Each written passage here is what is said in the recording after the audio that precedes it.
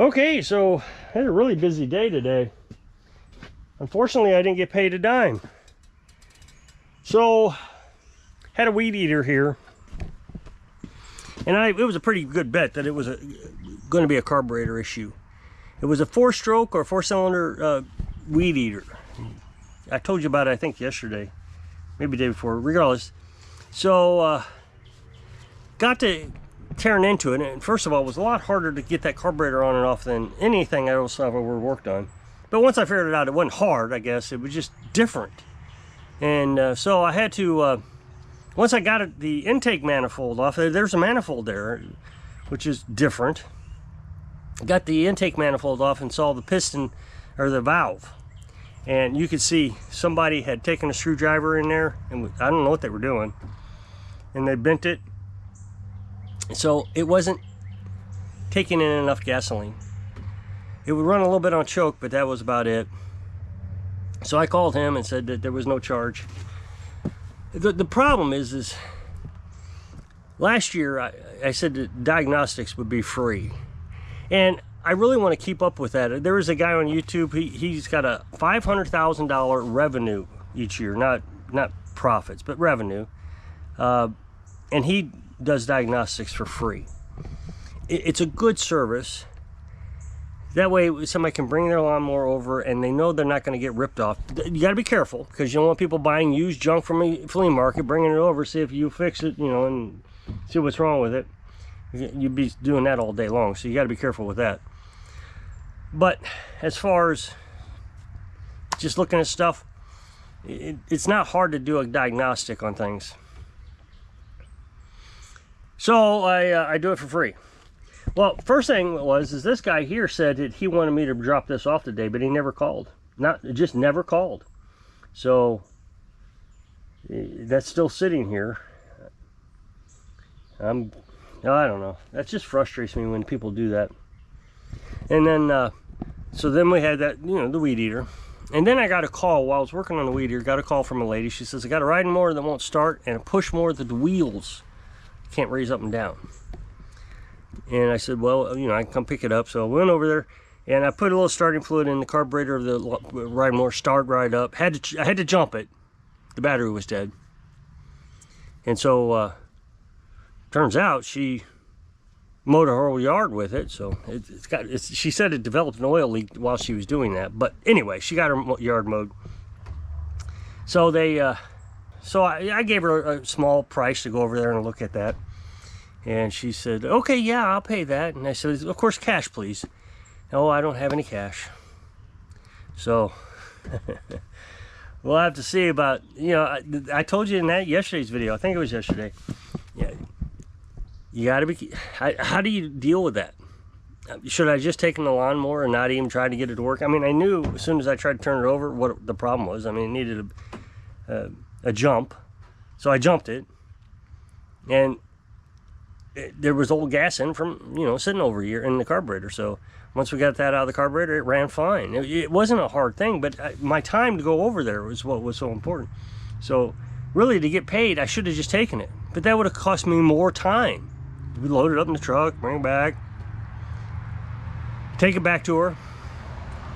So I said, well, that's all right. Go ahead and pay me, because she had this push mower also that it just needs a new axle.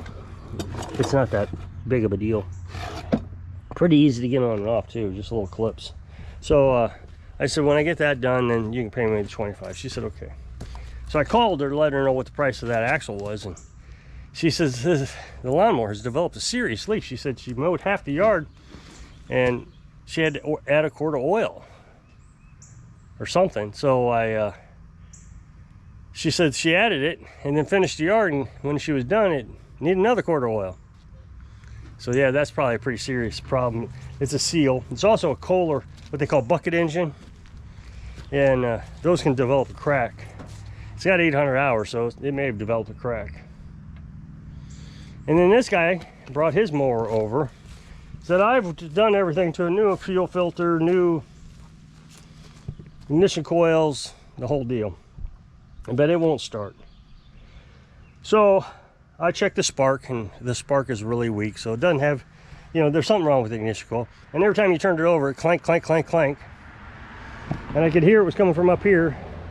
So I had to take this apart, take the shroud off, just so I could turn it over, because I was afraid I was going to break something. And sure enough, he had the air gap on one ignition coil so far away it didn't have any spark, and the other one was so close it was hitting.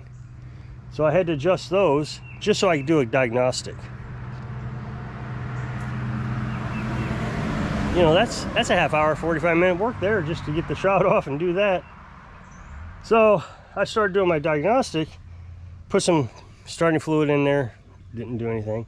So I checked the valves, and they're automatic valves. They adjust automatically. So it wasn't the valves. So I took spark plugs out, checked compression, no compression on either cylinder. So I took the endoscope, stuck it in there, looked at the cylinder in the spark plug hole, and tried to turn it over, and neither piston were moving. They were both stuck, or closed. They were both in the closed position, and they weren't moving. So something broke in there. So I didn't get paid for that. And that was, you know, another hour. So I've spent all day just doing diagnostic. I know somebody out there is going to say, you're going to have to start charging for diagnostic. But, you know, on a normal day, everything seems to go okay. But today was just well, it's never happened before where I didn't make any money working, you know, all day. So I don't know what you're going to do. It's he's going to come pick up this mower tomorrow, he said. I hope so, because it's hard to pull. What else is there? Back to the weed eater. He brought his father along when he brought the weed eaters over. Unfortunately, both weed eaters are shot. So while he was dropping off the weed eaters, the dad said, take a look at these items. And there was a weed eater and a leaf blower. And I could tell there was something wrong with him. I mean, he wasn't acting right. So I looked at the weed eater, pulled it a couple times, and thought, well, that's a compression issue. And then, so the son gave me his weed eater, so I loaded him up in my arms, and the father said, we'll wait, work on those first, and we'll see what we can do with the others. I said, all right. Well, the son called me, or I called the son today, and he was telling me about his father. He said he apologized for his father. His father is, he just didn't like the idea of leaving his equipment with you. And I mean, I understand the trust issue, but first of all, he knows where to live. He knows the serial numbers of his stuff.